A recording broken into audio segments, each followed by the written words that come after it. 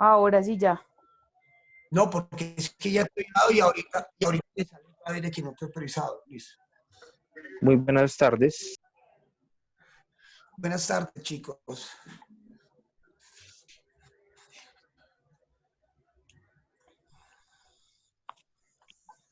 Denme un minuto, por favor. Hoy sí necesito que me tengan paciencia, muchachos.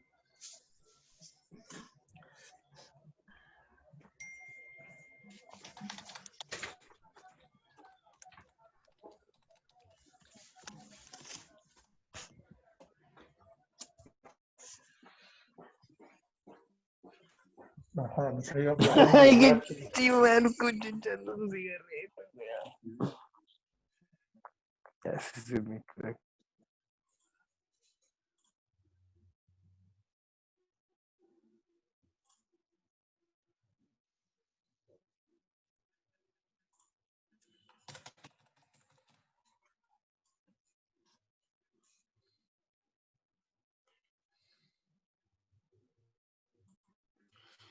¿Quién es de MJ? ¿Quién es de MJJDRLLB? Era yo, profe, es que yo no sé por qué siempre el programa se activa y sale ese código, porque no es nombre, es código.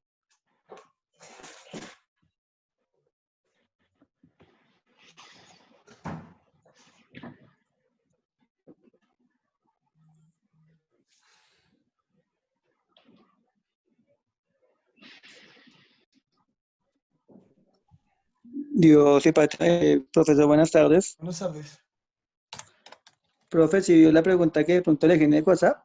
Sí, caballero, pero ahorita no la respondo. Se la respondo más tarde o mañana, porque tengo problemas con el internet y necesito salir rápido. Y los principios que te dije son principios constitucionales. El principio de legalidad es otro principio que está dentro de la Constitución, también en el Estado Social de Derecho, emanado del Estado Liberal de Estado de Derecho. ¿Vale?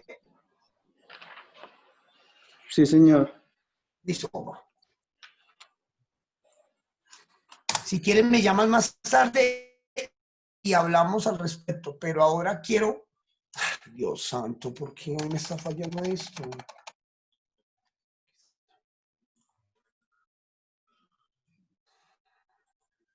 Bueno, vamos, esperemos que todo salga bien. Listo. Bueno, chicos, buenas noches para todos, ¿cómo están? ¿Me escuchan? Buenas noches. Sí, Bien, profe, gracias. ahí se oye. Buenas noches, profe. Sí, buenas noches, doctor. Se escucha. Pero Ricardo, ¿están viendo la Constitución? Chicos, Sí, señor. yo los escucho mal. No, se escucha perfecto. No, yo los estoy escuchando mal. O sea, así, a ti sí te acabo de escuchar, Carlos. Bueno, ¿leyeron las 3 resoluciones que les envié de la universidad?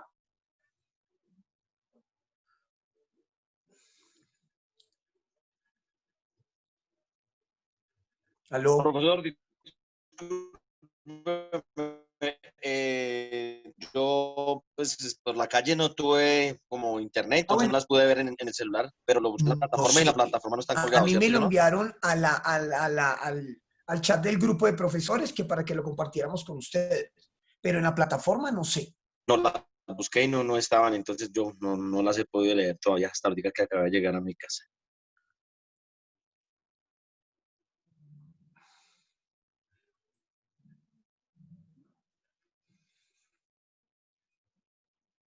Bueno, es nula de pleno derecho la prueba obtenida con violación al debido proceso.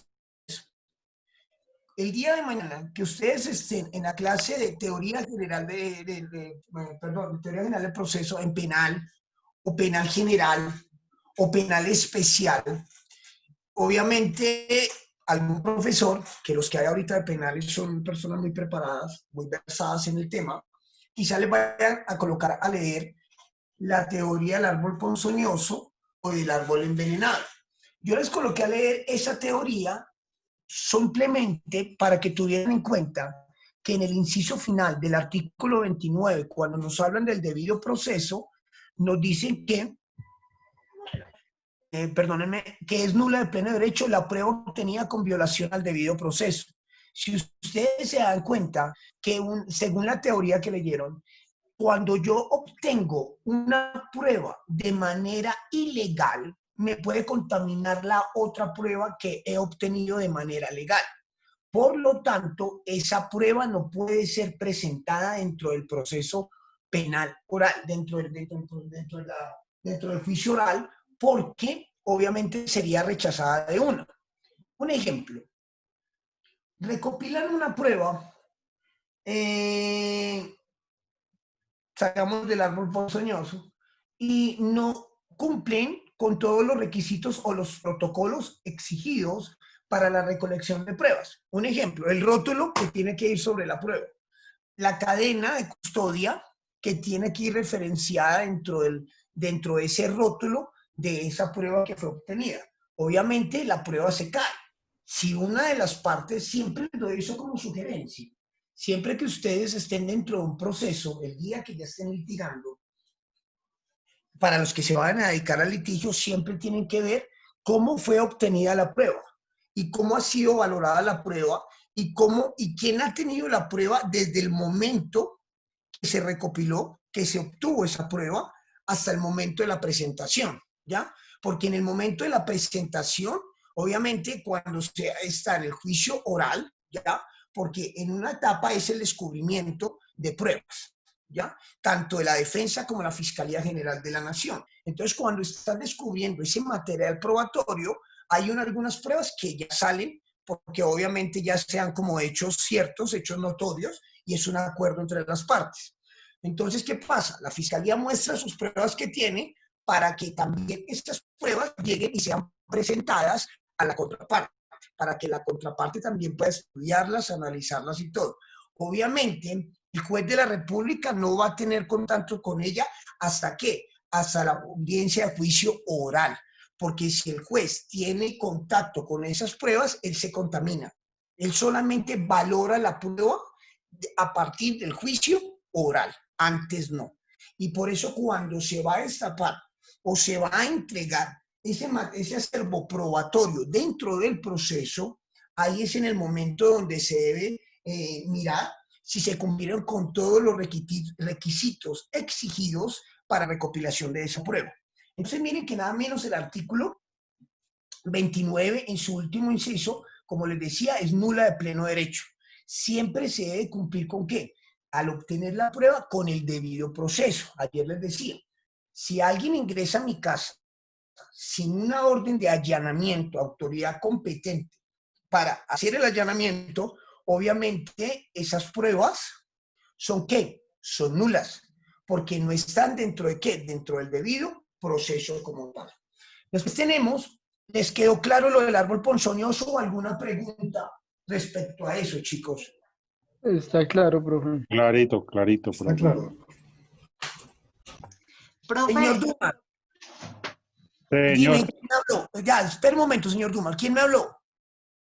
yo, profe, y no hay ninguna excepción, nunca, o sea, de la obtención de la prueba, así, digamos, no haya sido de manera lícita, no hay nunca una excepción.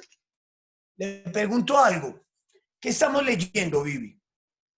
Sí, pues ahí en el artículo 29 dice que el debido proceso se aplicará a toda clase de...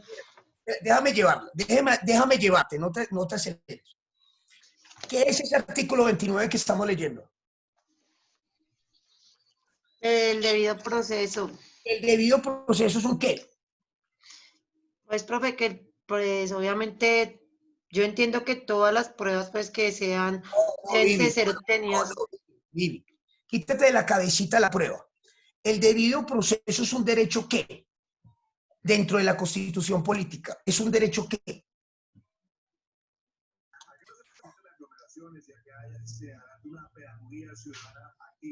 Es un derecho fundamental, profe. Perfecto. ¿El derecho fundamental es negociable? No, señor. Ah, ahí tienes tú la respuesta. ¿Listo? Ok, bueno, profe. Toda sentencia judicial podrá ser apelada, ya lo vimos, ante el superior jerárquico. El delincuente sorprendido en fragancia podrá ser aprendido y llevado ante el juez por cualquier persona si los agentes de la autoridad lo persiguen y dicen, bueno, esto ya es el momento en que la persona es capturado en fragancia, en el momento que está cometiendo el acto ilícito. Nadie podrá ser obligado a declarar en contra de sí mismo o de sus familiares. ¿Ustedes se acuerdan que nosotros habíamos visto que tenemos el abuelo, tenemos el padre, tenemos los hijos, ¿correcto? Y que hablábamos de los grados de consanguinidad, afinidad o grados civiles, ¿correcto? Lo habíamos visto, ¿cierto? Sí, señor. Sí, señor. Listo. Lo que me dice ese artículo es que yo no estoy obligado a declarar en primero, segundo y tercer grado en consanguinidad y afinidad. Es decir, yo no estoy obligado a declarar en contra de mi padre, mi esposa, mi hermano, mi hija, mi nieta, ya, mi abuelo, y tampoco estoy obligado a declarar en contra de la familia de mi cónyuge o mi compañera permanente. ¿Estamos? Ese es un ¿qué? Un derecho fundamental. Pero si yo quiero declarar, lo puedo hacer, siempre y cuando no me estén coartando o no me estén oprimiendo, reprimiendo o subyugando mi derecho fundamental, que es ese. Se prohíben las penas de destierro, se prohíbe la extradición de Colombia. Miren pues, se prohíbe la extradición de colombianos por nacimiento. No se considera la extradición de extranjeros por delitos políticos o de opinión.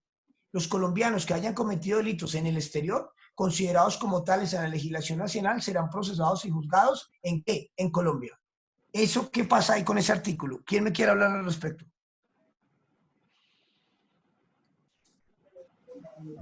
Profesor, que fue objeto de una reforma constitucional, porque en este momento está activa la extradición o de vigente la extradición con algunos países. Listo, perfecto. Se garantiza el derecho a la libre asociación, o sea que me habla que la asociación sindical, ¿correcto? O cualquier otra actividad. Los trabajadores y empleados, el artículo 39, los trabajadores y empleados tienen derecho a constituir sindicatos o asociaciones sin intervención del Estado. O sea que hay una autonomía e independencia para crear sindicatos. ¿Quiénes no pueden crear sindicatos en Colombia? La empresa privada. La fuerza pública. Funcionarios públicos. La fuerza pública, correcto. Y la empresa privada también lo puede hacer. Claro, Avianca tiene sindicato. Bavaria tiene sindicato. Postobón tiene sindicato. La policía tiene sindicato de pensionados también. ¿El IPEC hace parte de la fuerza pública? Perdón, pero es diferente que ya son pensionados porque no están en servicio. Ya es diferente que tengan su sindicato, pero mientras tanto que estén en servicio, cualquier miembro de las fuerzas militares no pueden hacer sindicato. ¿El IMPEC hace parte de la fuerza pública, profe? El IMPEC no. Profe, pero mire nomás lo que pasa con Gas Natural. Gas Natural abolió totalmente todo el tema de los sindicatos. Pero eso es con un acuerdo entre los mismos empleados. Un acuerdo de mejoramiento de sueldos y todo. Correcto. Arendas prestacionales mucho mayor, que pasan y que sobrepasan lo que está estipulado el salario mínimo legal mensual vigente estipulado por el gobierno nacional. ¿Entendido? O sea, tiene otras arendas prestacionales. No se les olvide, hago un paréntesis. Usted como empleado, miren, ustedes cuando tienen un contrato laboral, o sea, la primacía de la realidad, principio de la primacía de la realidad del contrato laboral, sea verbal o por escrito, a término fijo, a término indefinido, ustedes tienen una remuneración, trabajo continuo y subordinación. 3 elementos necesarios para que se constituya un contrato laboral. Dentro de ese contrato laboral ustedes tienen derecho a auxilio de transporte. Estoy hablando del salario mínimo, no estoy hablando de salarios integrales, porque el salario integral sobrepasa mucho más, como 6, 7 salarios mínimos legales. 8 salarios mínimos mensuales. Correcto. Listo. Entonces, ¿qué pasa? Ustedes tienen derecho, cesantías, interesan las cesantías, descanso de vacaciones, pago por ese descanso de las vacaciones, prima, prima, por el año cumplido o proporcional. ¿Qué más tienen? Tienen que cotizar a salud, tienen que cotizar a pensión y obviamente hay un porcentaje por parte del empleador. ¿Listo? Bueno, pero eso ya lo verán después, simplemente para que lo tuvieran en cuenta. Artículo 40. Todo ciudadano tiene derecho a participar en la formación, ejercicio y control del poder político. Para ser efectivo ese derecho puede. O sea que este artículo va de la mano con ¿cuál otro artículo? El 1 de participación. Esperen. Hoy quiero exonerar.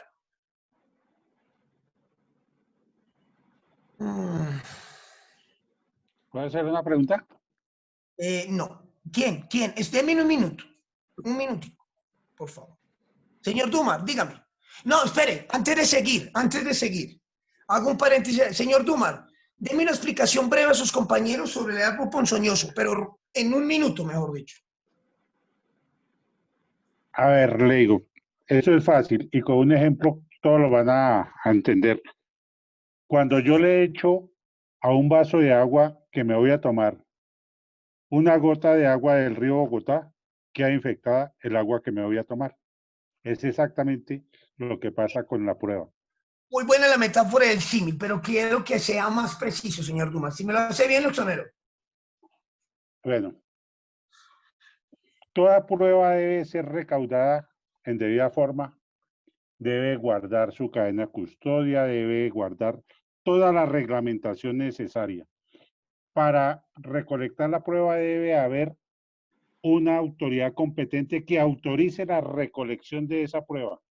Si en cualquier parte del procedimiento de la recolección de la prueba se omitió lo que dice la ley, esa prueba queda viciada de nulidad y se puede interponer un recurso de nulidad para todo el proceso en cualquier parte del proceso, sea administrativo, sea penal o sea civil. Eso quiere Solamente decir, la prueba. correcto, con la sola prueba que haya sido adquirida en forma indebida, no es forma ilegal, porque una cosa es indebida, otra cosa es forma ilegal, con que haya sido nomás en forma indebida, daña todo el procedimiento, daña todo el proceso. Forma ilegítima. Correcto. Muy bien, listo. Señor Dumar, ¿qué ha exonerado? Es que ahí viene mi pregunta, profe. No sé exonerado de qué, porque yo llevaba una exoneración más unos puntos, pero... Señor Dumar, relájese, simplemente no presente el examen y ya, tranquilo. No, sino que hay varios compañeros que tenemos la misma duda. Lo que vamos a hacer el viernes es el segundo parcial del 30%, ¿cierto? No, mire, les voy a decir algo. Les voy a hablar aquí de calzón quitado. Nosotros no los vamos a calificar cuantitativamente, sino cualitativamente. ¿Aprobó o reprobó? ¿A o R? Una de las dos. Obviamente, muchos de ustedes ya tienen la asignatura aprobada, ¿correcto? Lo que quiero es que el examen del día de mañana nos sirva para mirar cuál es el grado de conocimiento que tenemos, para que nos concienticemos cuál es el grado de conocimiento. Obviamente, es un fogueo. Correcto. ¿Ya? Las personas que me pierdan el examen mañana deben de hacerme otra evaluación. Pero personas que yo vea, perdónenme, dejen terminar, personas que yo vea que a partir del segundo parcial dudaron mucho para responderme, no me respondieron de una, no fueron de una al tema, ¿correcto? Pero no quiere decir que van a perder, no, porque todos de una u otra forma han participado, pero lo que sí quiero es exigirle más a los que veo más flojitos. ¿Cuáles son los que veo más flojitos? Y perdónenme por la expresión flojito, no lo malinterpreten, que no me participan casi, que no están metidos ahí. Eso es lo que quiero. Perdóname, como para que se concienticen más y por eso vamos a estudiar bien mañana.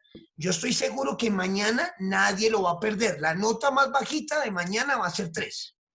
¿Listo? Yo estoy completamente seguro de eso. Dime, muñeca. Una pregunta. Dime, María. María. Profe. Hola, por ahí me escribiste. Qué pena que no te he dado respuesta, sino que estaba como un loco. Tranquilo que yo también. Profe, mañana a fin de qué horas a qué hora va a estar el examen porque necesito esa información con carácter. La plataforma va a estar habilitada de 6, pero se está exonerada. Pero sí me gustaría que lo presenten de todas maneras para que se evalúen ustedes mismos. Sí, De 6 a profe. 7. De 6 a 7. Gracias. Listo, gracias. Bueno, Y si el que está exonerado, doctor, y le va mal en el parcial, ¿qué? ¿qué acabo de decir, papá? César, ¿qué acabo de decir? Que los que Esa ya es mi- están exonerados verán si lo presentan o no lo presentan. Simplemente les sugiero, preséntenlo para que ustedes mismos se evalúen. Y ya. Perfecto, doctor, gracias, qué pena. Tranquilo, no te preocupes. Muchachos, lo que sí quiero es que hagámoslo de conciencia el parcial para mañana. Si me han colocado atención a las clases y cuando les hago relevancia sobre los temas, no hay problema. Vamos a ver porque tengo un ejercicio ahorita y vamos a mirar. Listo, rápidamente. Están viendo la Constitución, ¿cierto? Ah, no, venga, perdónenme. Voy a preguntarle, no vayan a responder a la loca. Creo que ayer nos quedó muy claro, ¿vale, chicos? Tratemos de manejar ese impulso, por favor. Porque imaginen que nosotros lleguemos a una audiencia y hablemos cuando no nos corresponde. Entonces, desde casa empezamos con la disciplina. ¿Listo?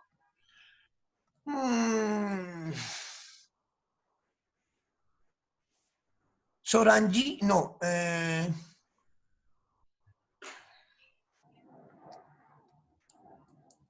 Angie Velandia.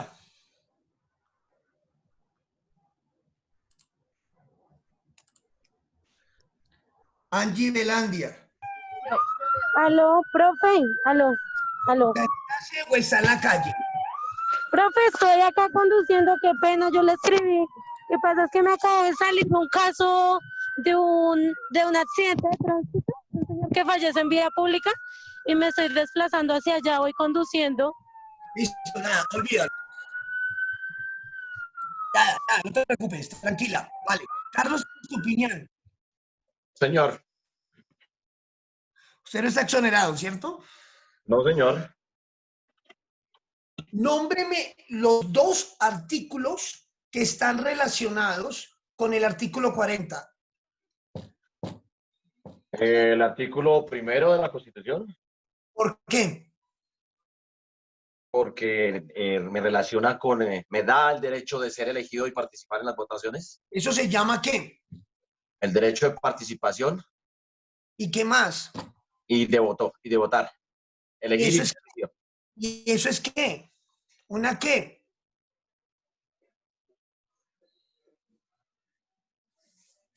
¿Cómo se le denomina? Ese es un derecho fundamental. Carlos, ¿cómo se le denomina eso? ¿Una qué? Empieza por D.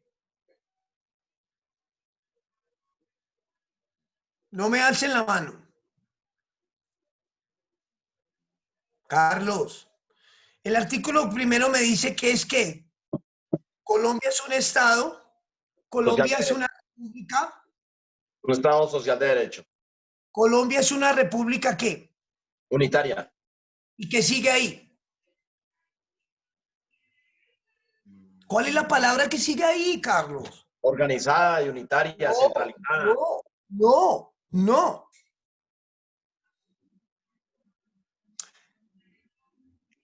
¿Cómo se llama cuando yo voy a votar? Los comicios, cuando yo voy a elegir o ser elegido. ¿Eso es una qué?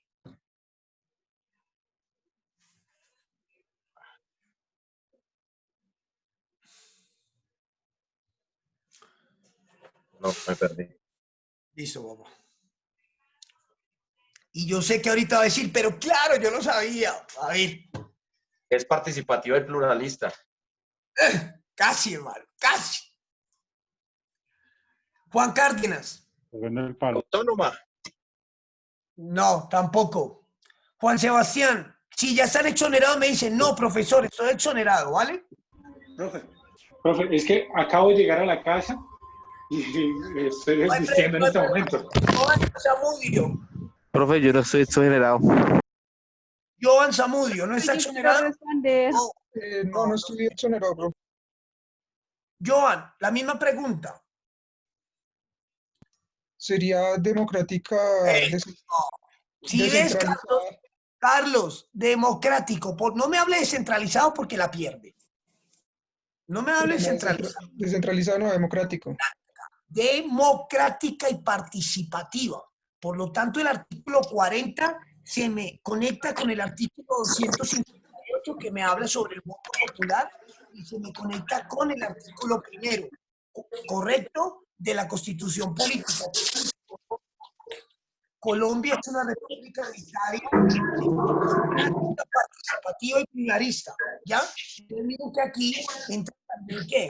¿Qué otro? Bueno, listo, muy bien. Apaguen los micrófonos, por favor.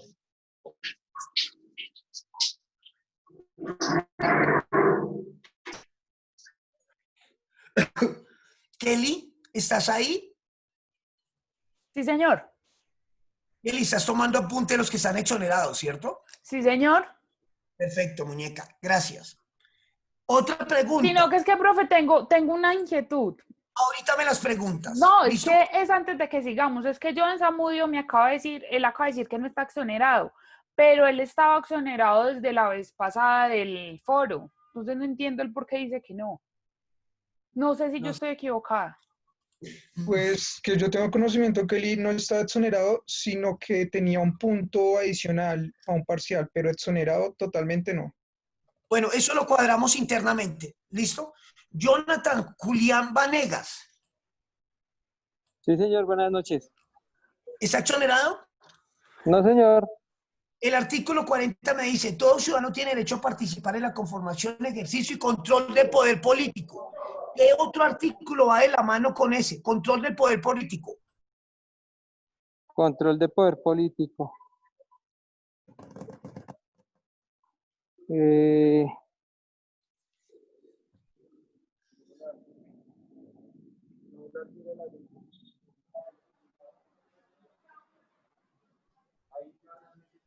Bueno, ¿qué es un Estado de derecho descentralizado?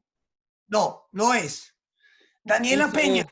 No, ya, Daniela Peña. De una necesito la respuesta. No que me den rodeos, de una. Daniela ¿Señor? Peña. ¿Qué ¿Cómo otro es la artículo? pregunta? Ya la leí. No me hagan repetir, chicos. Necesito que me rinda el tiempo. Quiero que estén atentos, por favor. Estén atentos.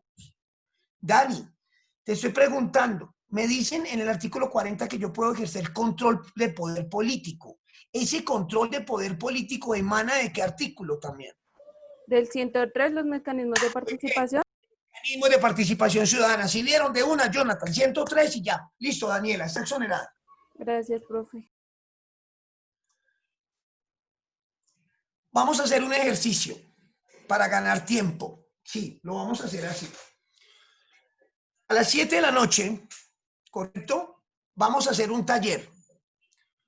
Me van a colocar ¿cuáles son los mecanismos? Primera pregunta, oído. ¿Todos se están copiando? Sí, señor. Sí, señor. Listo. ¿Cuáles son los mecanismos de participación ciudadana? Esta es pregunta de examen. Como viene con varios ítems, cualquiera de esos ítems puede ser la pregunta del examen. ¿Entendido? ¿Cuáles son los mecanismos de participación ciudadana? Primera pregunta. ¿Dónde están contenidos? ¿Cuál es el precepto constitucional que contiene los mecanismos de participación ciudadana? ¿Correcto? ¿Cómo se define cada uno de ellos según la ley 134 de 1994? ¿La ley qué, doctor? Profe, La ¿podría ley- volver a repetir, porfa, toda la pregunta? Espérate que me perdí. ¿Cuál es la definición de cada uno de ellos según la ley 134 de 1994? ¿Listos? ¿Van cuántas? 3, ¿correcto? Tres. Listo. Cuarta pregunta del mismo mecanismo de participación ciudadana. ¿Cuáles son los requisitos para cada uno de ellos? Y me los explican.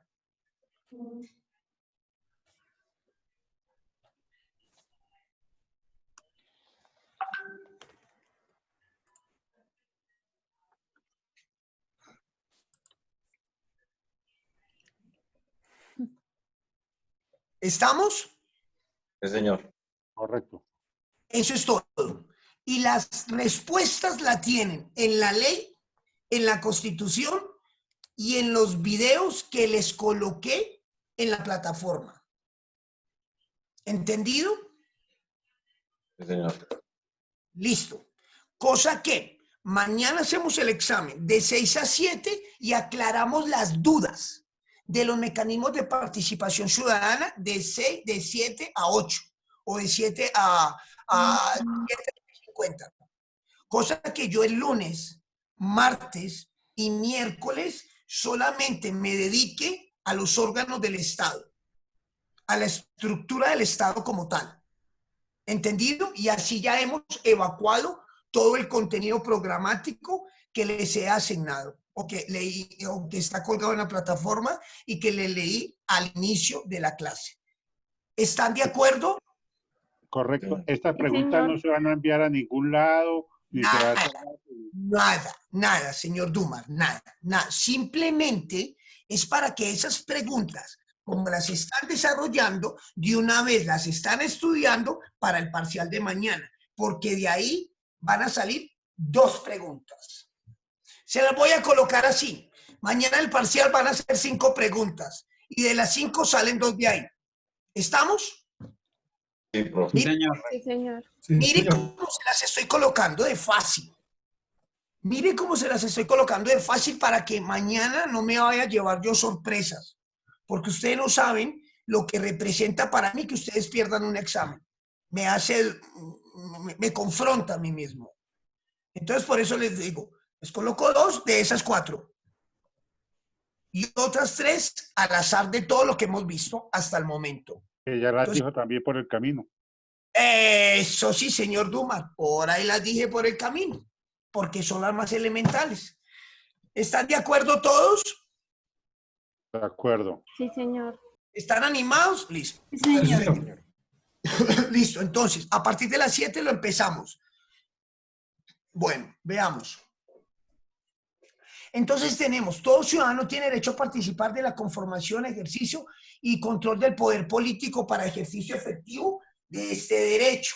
Puede elegir y ser elegido, tomar parte de las elecciones, plebiscitos, referendos, consultas populares y otras formas de participación democrática, constituir partidos y movimientos y agrupaciones políticas, revocar el mandato de los elegidos en los casos y en la forma que establece la Constitución de la ley, tener iniciativa. Obviamente esto entra dentro de la pregunta que les estoy diciendo. ¿Cuáles son los requisitos que yo necesito para pedir la revocatoria de un mandatario, ¿no? De una persona que ha sido elegida por voto popular. Tener iniciativa en las corporaciones públicas. Interponer acciones públicas en defensa de la Constitución y de la ley. Acceder al desempeño de funciones y cargos públicos, salvo los colombianos por nacimiento o adopción que tengan doble nacionalidad. La ley reglamentará esto. Las autoridades garantizan la adecuada participación de la mujer en los niveles decisorios de la administración pública. En la Constitución del 86 no se veía esto. Recuerden que anteriormente ni siquiera la mujer era tomada en cuenta para que ejerciera su derecho al voto popular. ¿Entendido? Eso es ¿qué? Ese es el dinamismo de la sociedad que nos lleva a una comunidad igualitaria, ¿ya? De acuerdo a los derechos, porque todos somos iguales ante la ley. Ya les había explicado, formal y material. En todas las instituciones de educación oficial o privada será obligatorio el estudio ¿de qué? De la Constitución política. Ahorita vamos a ver en el capítulo 2 los derechos sociales, económicos y culturales, que hacen parte ¿de qué? Del Estado social de derecho. ¿Qué tenemos? El de la familia. Les decía que la familia es el núcleo fundamental. Alguien que me lea ese primer inciso, yo me voy tomando una pastilla, por favor. La familia es el núcleo fundamental de la sociedad. se constituye por vínculos naturales o jurídicos, por la decisión libre de un hombre y una mujer de contraer matrimonio o por la voluntad responsable de conformarla. Ese es el primer inciso, doctor. Listo. El Estado y la sociedad garantizan la protección integral de la familia. La ley podrá determinar el patrimonio familiar inalienable e inembargable. Nos vamos a detener un momento ahí. Profe, ahí no es racista ese artículo frente a la población LGTBI cuando dice libre de un hombre y una mujer, o sea que 2 mujeres y 2 hombres. Buena pregunta.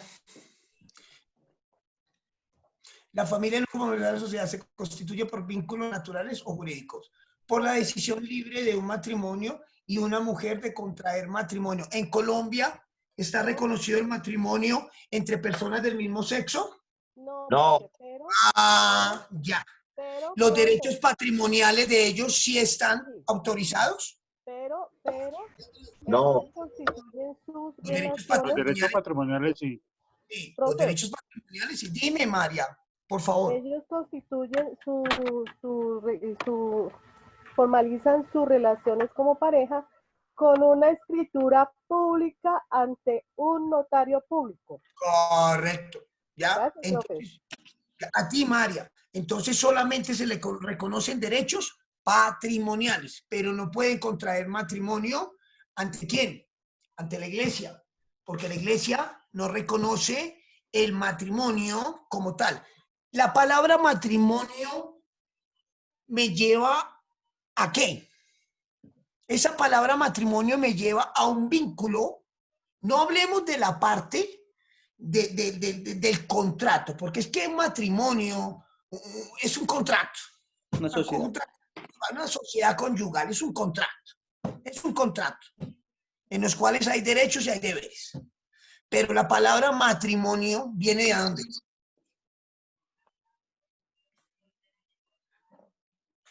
Matriarcado. Correcto. ¿Y viene qué? Con una ideología teológica. ¿Cuál iglesia reconoce el matrimonio entre personas del mismo sexo en Colombia? Ninguna. Muy bien. Listo. ¿Le quedó clara su respuesta, su pregunta, señor José Luis? No, pues. ¿No? Ya, o sea, diciéndolo que por la iglesia sí, o sea, viéndolo por el lado de la iglesia. No, viéndolo no. Lo estoy viendo tal cual. Te estoy diciendo taxativamente lo que dice la norma. Una cosa es que tú la interpretes de otra forma, pero la norma es muy clara. Es muy concisa. ¿Listo? ¿Cómo es, profe? Listo. El Estado y la sociedad garantizan la protección integral de la familia. La ley pondrá a determinar el patrimonio de familia. Cuando un hombre y una mujer, yo les coloqué ayer 2 preguntas. Curador ad litem y curador ad hoc. ¿Correcto? Sí, señor. Sí, señor. Sí, señor. Listo.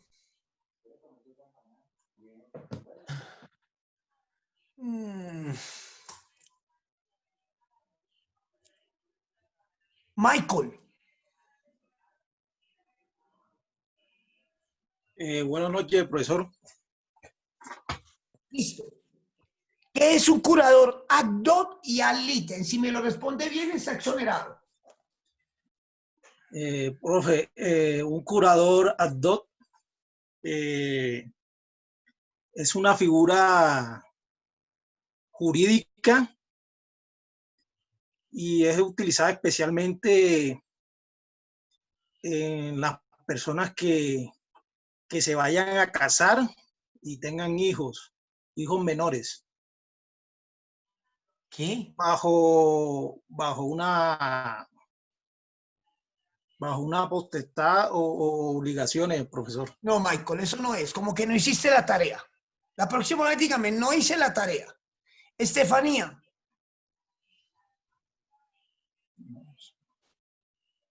Tefa, ¿me estás escuchando? ¿Tienes mal el micrófono? Sí, señor. Bueno. Roxana.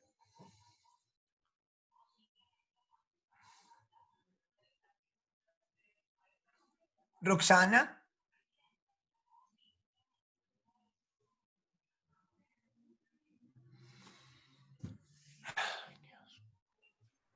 Duaner. Señor. ¿Cómo estás? Muy bien, profesor. Duaner, ¿qué es curador ad hoc? ¿Qué es curador ad litem? El curador ad litem es cuando no comparece una de las personas del proceso. Por lo general es el demandado, la parte pasiva. Muy Se nombra bien. un abogado entre una lista de auxiliares de la justicia y Muy ese es el bien. curador ad litem. El ¿Y curador el ad ad hoc hoc? no lo tengo muy claro, profesor. Realmente no. Bueno, te perdiste la exoneración porque eran las dos. Sí, señor. Listo. Nancy Gil.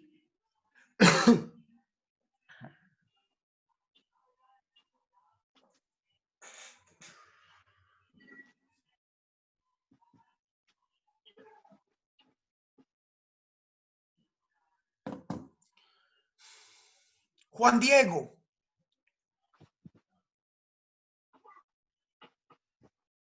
Si Juan Diego no me responde, perdieron. Pues perdieron. Profe, señor. Listo. ¿Qué es curador ad litem? ¿Qué es curador ad hoc?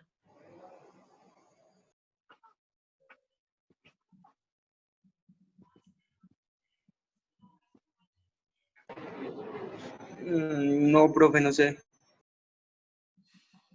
Bueno, curador ad litem es cuando ustedes se dieron cuenta que dentro del debido proceso todas las partes deben comparecer dentro del proceso. Cuando se adelanta un proceso judicial o administrativo, deben estar las dos partes. Obviamente, la parte activa, el demandante, pues va a estar ahí, ¿sí? Ya lo identificamos. Y después de que salga el auto admisorio de la demanda, se le corre traslado a la contraparte. Si por decir en el caso judicial es de menor, de verbal o verbal sumario, tendríamos, si es de mínima, o sea, las cuantías en Colombia se dividen mínima, menor y mayor. Cuando es de mínima, se le da traslado a la parte demandada, ya se le notifica a la parte demandada para que responda a la demanda, ya sea se allanen los cargos, una demanda de reconvención, formule excepciones de mérito, formule excepciones previas, entre otras, contra contra lo que le están demandando. Tiene 10 días. Cuando es de menor y mayor, la mínima va de 0 pesos hasta 33.400.000 algo. La otra vez, 33.400.000 algo, como hasta 113, 114 millones creo que es, y ahí en adelante sería mayor.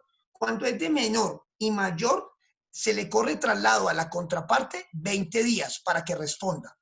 Resulta que colocamos una demanda contra Kevin Rojas, un ejemplo, y no podemos notificar a Kevin en ninguna parte. No sabemos dónde está Kevin. Entonces, por lo tanto, el Estado le nombra a un curador para que lo represente a él. Es decir, ¿cómo le va a representar? Hay una persona, un auxiliar de justicia, que va a estar allí compareciendo durante todo el proceso hasta finalizar la sentencia que queda en firme o ejecutoriada. O sea, una sentencia queda en firme después de los 3 días. ¿Correcto? Si pasados los 3 días usted no presenta un recurso de apelación, ya la sentencia queda en firme. Ya el único recurso que usted tiene es un recurso de revisión. ¿Correcto? Hasta ahí lo tenemos. Ojo, para menor y mayor. Los de mínima no son, en muchos casos, no son apelables, porque es de mínima cuantía. Entonces, ¿qué pasa? El Estado nombra un curador ad litem. Ahí quedó bien. Ahí ya explicamos el anterior artículo. Ahorita el curador ad hoc, ¿qué pasa? Ténganlo ahí y les voy a explicar esto primero. Aquí me dicen patrimonio de familia. Cuando 2 personas contraen nupcias, se casan, o cuando 2 personas de unión de marital de hecho ya llevan más de 2 años y ya es reconocida, ¿ya? Esas personas tienen derechos patrimoniales sobre sus bienes, ¿correcto? Sobre la masa conyugal de todos los bienes. Todo lo que se compre, es decir, de vivienda, se puede colocar un gravamen que se llama patrimonio de familia. ¿Qué pasa con el patrimonio de familia? Es inembargable, es decir, inalienable y inembargable. No se puede ceder a otra persona y no se puede embargar. Es decir, yo compro un apartamento con mi pareja y lo colocamos en patrimonio de familia. Esa anotación que se hace sobre ese predio va anotado en la Oficina de Instrumentos Públicos en el folio correspondiente de matrícula de ese bien inmueble. Patrimonio de familia, o sea que no se puede embargar. Llegándose el caso de que haya menores de edad que hacen parte de ese núcleo de familia y los esposos quieren vender levantar el patrimonio de familia para vender ese bien, deben pasarle el traslado también, no solamente al juez, sino a bienestar familiar, para que nombre un curador apto en representación del menor, en los cuales las padres van a vender el bien para mejorar el mismo. Es decir, van a comprar ese bien, van a vender ese bien para invertir en un bien de mucho más dinero o de muchas otras cualidades que pueda tener. Eso se le llama un curador ad hoc. El curador ad hoc es el que representa a los menores de edad, ya para que no queden indefensos. ¿Por qué el legislador quiso colocar el patrimonio de familia?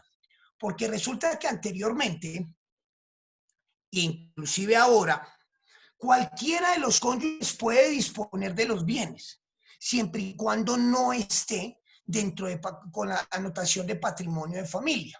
Muchas veces el hombre se dedicaba a la ludopatía, o sea, a los juegos de azar, tenía consumo de psicoactivos o hacía un mal negocio, entonces iban y le quitaban su casa, se la embargaban. Una medida cautelar, diciendo de que, ¿qué es una medida cautelar? Las medidas cautelares están contenidas en el artículo 590 de la ley 1264 del 2012, 1564 del 2009, que es el Código General del Proceso. Permítanme. Y una medida cautelar lo que hace, miren que es que le estoy hablando muchas cosas, ¿sí me entienden? Espero que después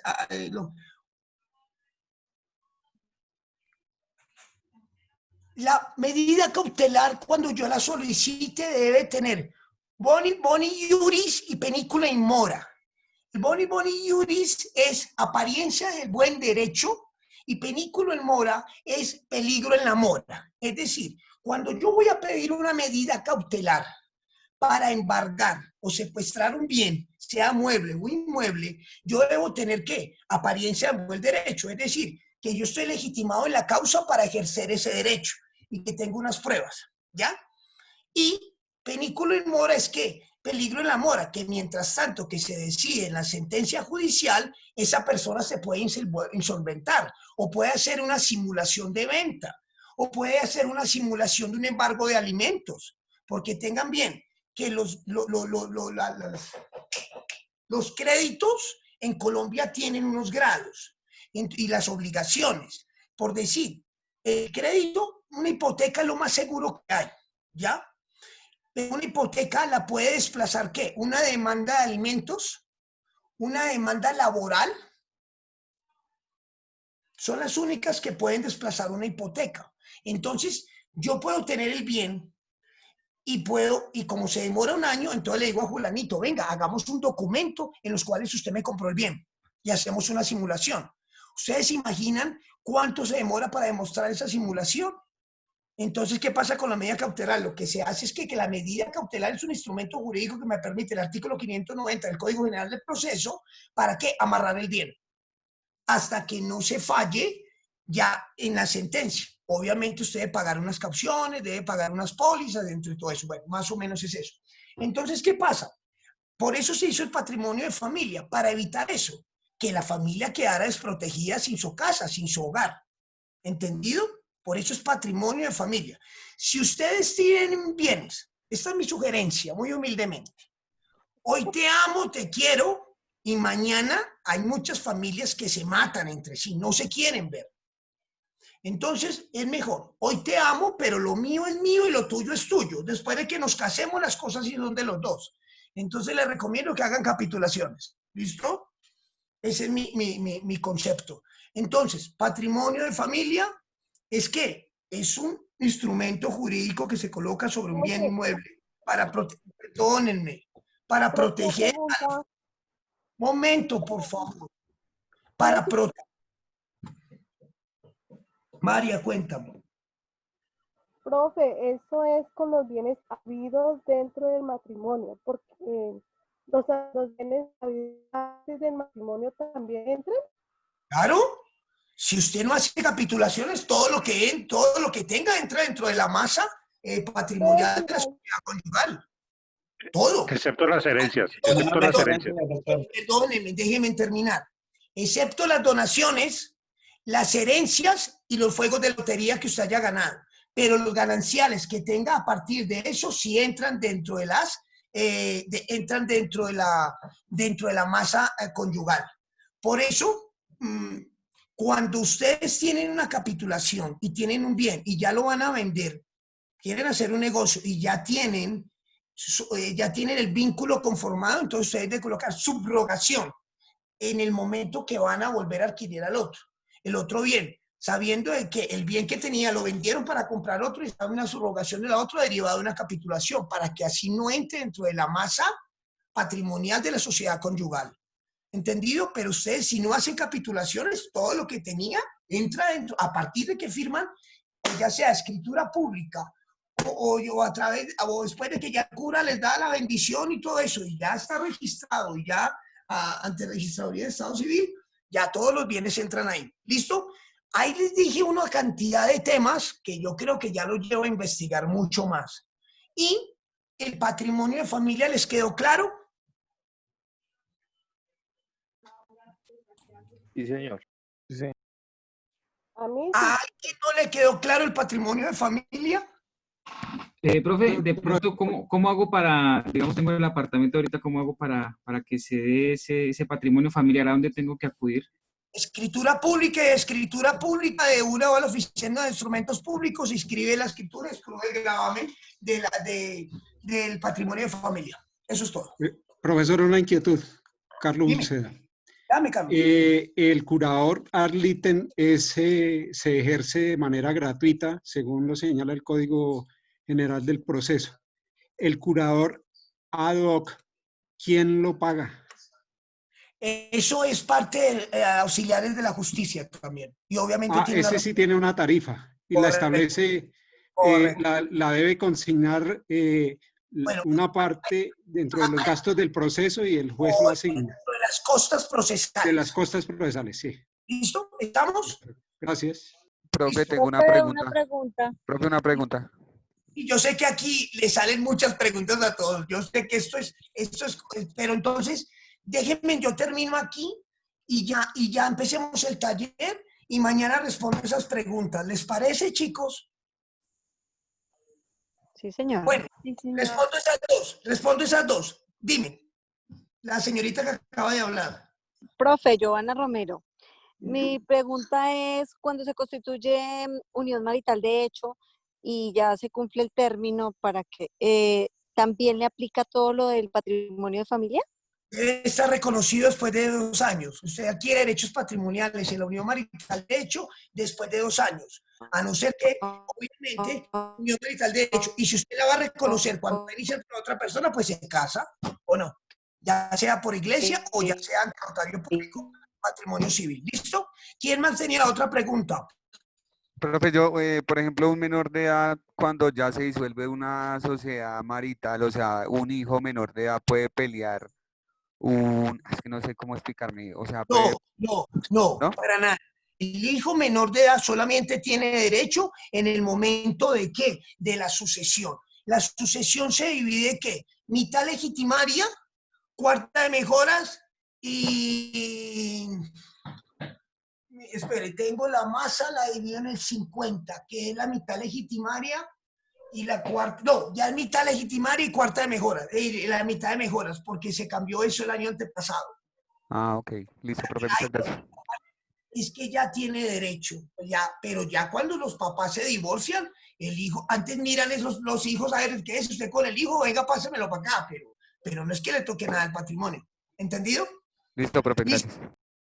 Prosigo. Las relaciones familiares se basan en la igualdad de derechos y de deberes de la pareja, en el respeto recíproco entre todos sus integrantes. Obviamente, esto va con la causal del Código Civil, obligaciones del matrimonio y cuáles son las causales de disolución del matrimonio o divorcio, como sabemos. Cualquier forma de violencia intrafamiliar se considera retroactiva en su armonía y unidad y se relaciona conforme a la ley.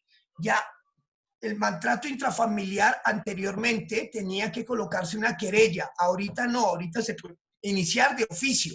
Ustedes ven que el vecino le está pegando una muenda a su esposa o viceversa, porque ahorita es por igual. La mujer le pega al hombre o el hombre le pega a la mujer en muchos casos, ¿sí me entienden? Y ahorita con la pandemia sí que se ha visto eso en algunos casos dentro de la sociedad. Entonces ya ustedes lo pueden denunciar ante la fiscalía y la fiscalía inicialmente inicia el proceso de oficio. Ya no se necesita una querella, ¿entendido? Los hijos habidos en el matrimonio, fuera de él adoptados o crecidos naturalmente o con asistencia científica, tienen iguales derechos. Los hijos reconocidos o no reconocidos tienen igual de derechos, ¿entendido? La ley reglamentará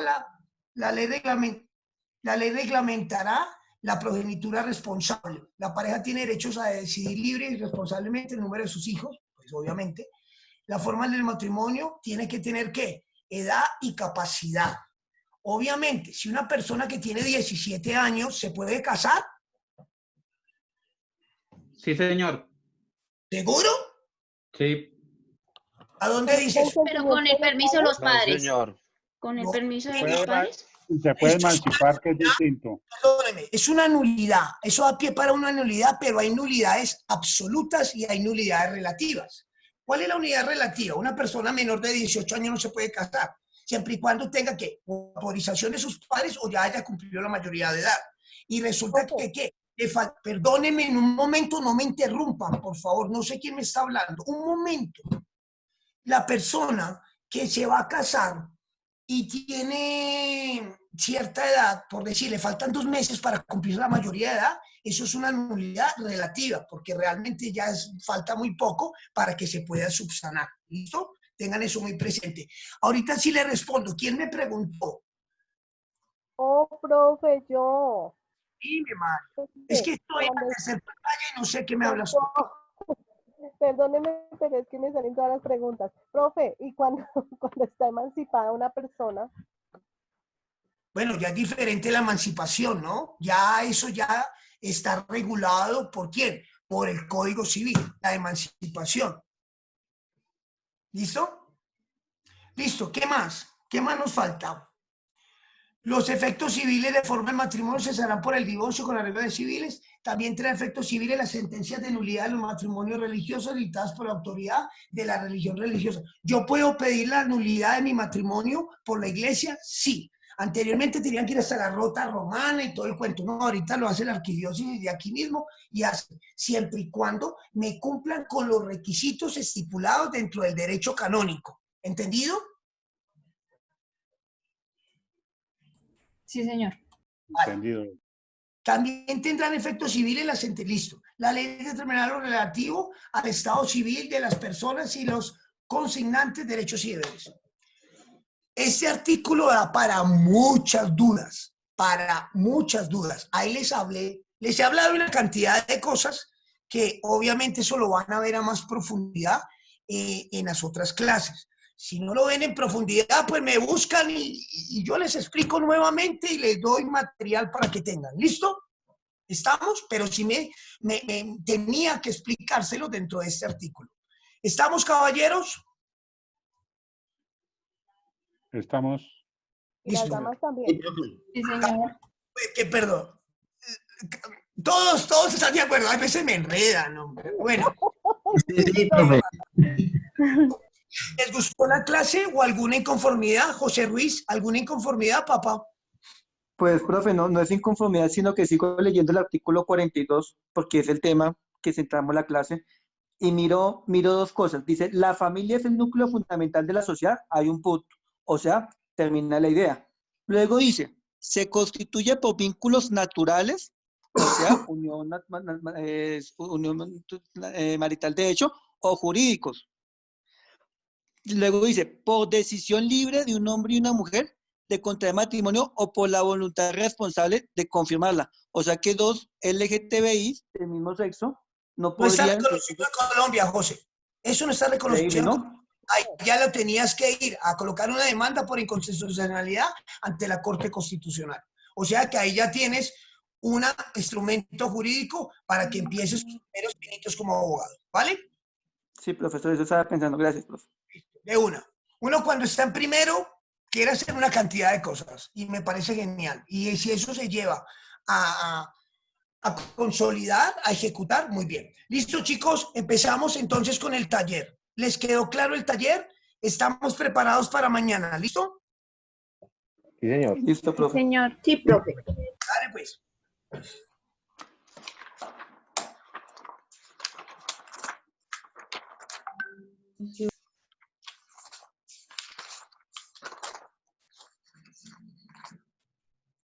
Profesor.